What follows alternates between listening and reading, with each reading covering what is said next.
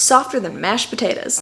Hello, welcome back to my channel. Today I'm going to be talking about my favorite soft romances. I feel like oftentimes on my channel I talk a lot about my favorite new adult romances, my favorite contemporary romances, and most of them are problematic in some way or another. There's nothing wrong with that. My everyday life is very soft, romantic, and sweet, so I like for my romances to have a little bit of escapism. That being said, I have selected some of my favorite softer romances for you guys. None of these are my favorite books of all time, I'm just going to forewarn you, but a lot of these are really good, really sweet, unproblematic romances that I definitely stand behind. So without further ado, I'm going to tell you guys about my 6 favorite soft romances. So the first book that I'm going to be talking about is Ricky by Abigail Strom. I really liked this book. I believe I gave it 4 stars, and this is what I like to call gateway soft. And by that, I mean there's like some mild enemies to lovers goodness. For those of you that are like a little bit apprehensive about reading something labeled soft, this book is about a girl named Ricky and a guy named Sam who have been enemies since junior high. They end up at the same college in the same dorm and decide that they're going to have a sort of truce, if you will. And I guess a part of this truce is that Ricky is going to go ahead and model for Sam. Sam is in an art class and he's like sculpting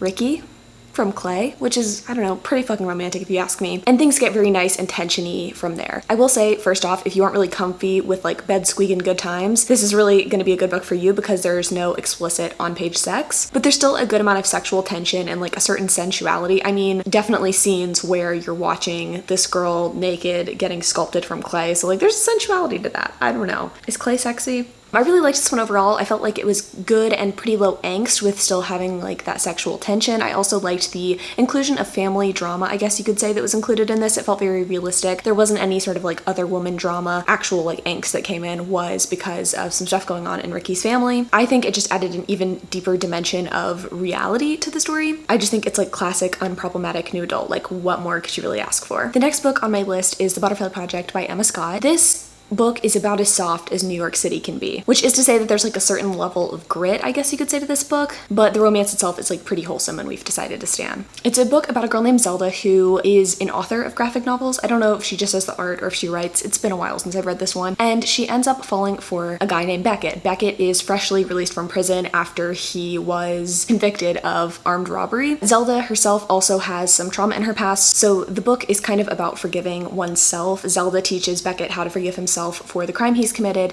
and Beckett helps Zelda kind of forgive herself for the trauma that she has endured. To be honest with you, I really enjoyed the fact that Beckett was a felon, which probably makes me sound like I've been huffing a little bit too much glue, but I really think it's important for romances to reflect everyday experiences and the diversity of the human experience, if that makes sense. It is true that people go to jail for felony offenses and they can be really apologetic for it after being released, or they could be wrongly imprisoned, or they could be in jail for a drug offense. In general, I think it's kind of cool that this story tackles what it's like to get out of prison, to have to deal with the fact that you did go to prison, and also to try to find a job afterwards, which I think we all know is not easy. I really liked the inclusion of that. I also really enjoyed how the character development was done in this book. Emma Scott really nails the characters in her writing. She makes them so unique down to just the minutia of their personality and their interests, and I think that's what really makes for the basis of a good romance, is how true to life the characters are. And then lastly, I think what was really cool about the story was that most of the struggles that the characters went through were both internal and interpersonal, which I think again is very true to the actual human experience.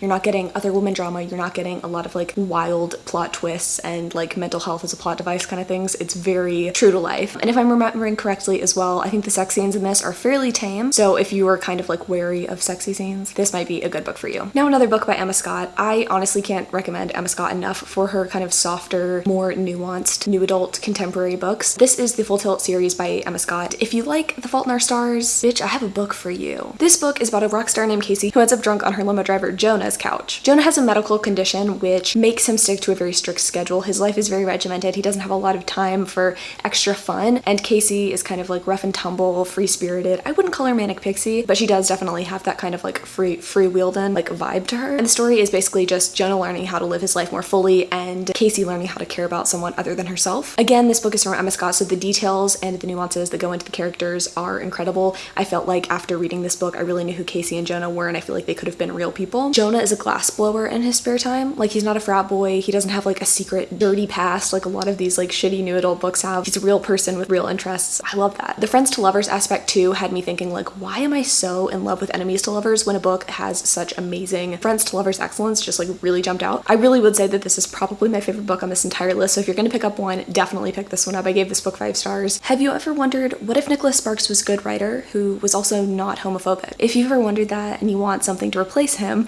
you should read Archer's Voice by Meteor Sheridan. I forewarn you, this book is pretty painfully cheesy, but it had a lot of heart and it did some things very right. It's about a girl named Bree who goes to a small town in Maine to kind of escape her traumatic past, and she meets this hot social pariah named Archer, whose only reason for being a quiet reject is that he can't speak due to this unspeakable accident that's happened. Unspeakable probably wasn't the best word to use right there. Yes, everybody is suitably damaged in this book, but I really think the reason this book worked so well for me was because both of the characters had traumatic pasts, but neither character was meant to fix the other character's trauma. Archer did some kind of fucked up things about 60% into the book, but then he was like, I don't know, what if I self-reflected and I don't know, changed my behavior? And that was pretty hot to me. Like, I like that in a romance, because for a romance to work, the two people kind of have to work together, but you also got to work through your own shit. You know what I mean? I also felt like the book was pretty well paced and it had at least a little bit of a basis in reality, and that was pretty cool. And by basis in reality, I mean that Archer is mute, and I feel like a lot of the times when we have mute rep or deaf rep, at the very end of the book, the character is just magically cured as if that's something that happens in real life, and that is not the case here. At the end of the book, I actually went back and checked just to make sure, but Archer is still signing. He uses sign language to communicate, and he does not regain use of his voice, which I thought was really cool. Like I said, because unfortunately that happens too often, especially in the romance genre. Like, oh my god, my love cured me. No bitch, it didn't. I still can't fucking speak. So